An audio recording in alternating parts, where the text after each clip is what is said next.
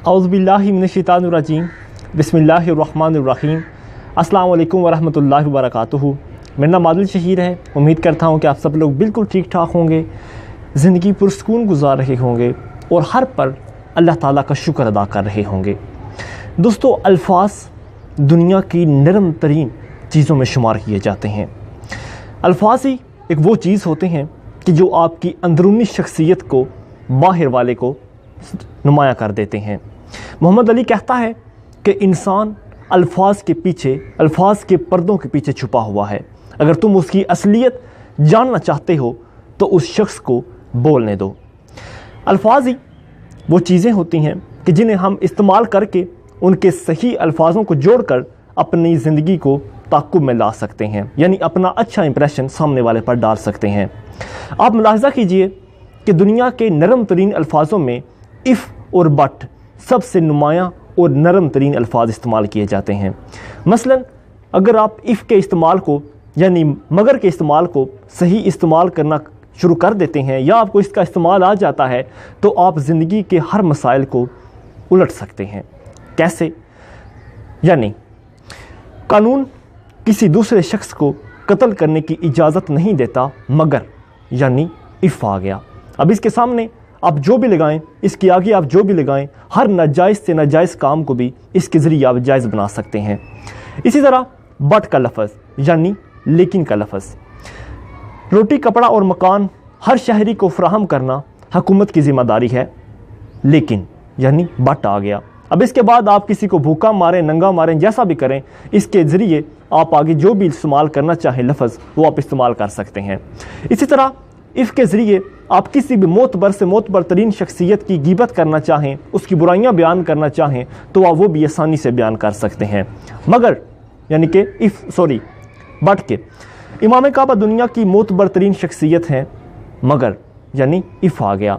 या लेकिन इसमें भी आप इमाम काबा की भी जितनी चाहें गिबत शुरू कर सकते, लेकिन अल्लाह हफीज़ ऐसा नहीं करना चाहिए।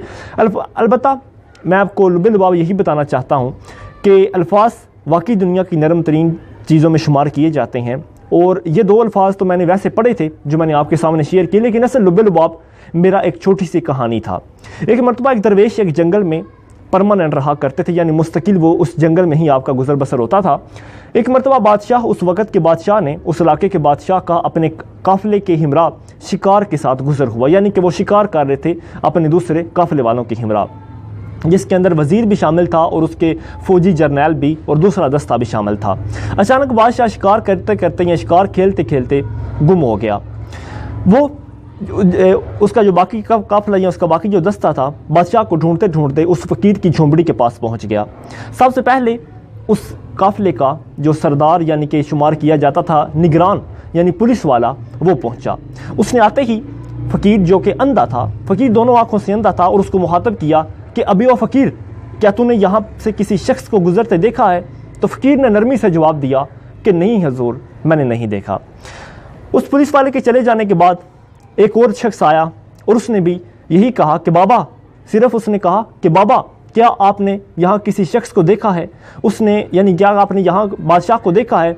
तो उन्होंने जवाब दिया कि मैंने नहीं देखा। अभी थोड़ी देर गुजरी थी कि उस फ़कीर के सामने एक और शख्स गुजरा और उसने कहा कि बाबा जी, क्या आपने यहाँ किसी शख्स को देखा है? तो इस बात पर वो फ़कीर बोल पड़े कि आप यकीनन बादशाह ही हैं। बादशाह ने बड़ी हैरानी से फ़कीर साहब को पूछा कि आप तो दोनों आँखों से अंधे हैं, लेकिन आपने मुझे कैसे पहचान लिया? तो बादशाह, उस फ़कीर ने जवाब दिया कि जनाबे वाला, यहाँ सबसे पहले एक पुलिस वाला गुजरा था और उसने झिड़कने के लफाज में कहा था कि अबे ओ बाबे, क्या तूने किसी शख्स को देखा?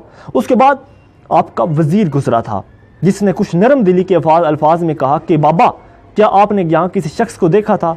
और अब बादशाह, आप खुद गुजरे हैं और आपने बड़ी इज़्ज़त व एहतराम से पूछा कि बाबा जी, क्या यहाँ से आपने किसी शख्स को देखा है? यकीनन बादशाहों की अल्फाज और बादशाहों का लहजा भी बादशाही होता है, इसीलिए उस अंधे फ़कीर ने भी उनको इतनी आसानी से पहचान लिया क्योंकि उनके अल्फाज का चुनाव जो था वो बादशाहों वाला था। दोस्तों, हमें भी चाहिए कि ज़िंदगी में ऐसे अल्फाज اور ایسے اوقات میں ایسی چیزوں کا استعمال کیا جائے یا ایسے لفظوں کا استعمال کیا جائے اپنی کنورسیشن کے دوران کہ ہماری اندرونی شخصیت واضح طور پر سامنے والے کے نظروں میں اچھی دکھائی دینے لگے، کیونکہ کہا جاتا ہے کہ first impression is the last impression.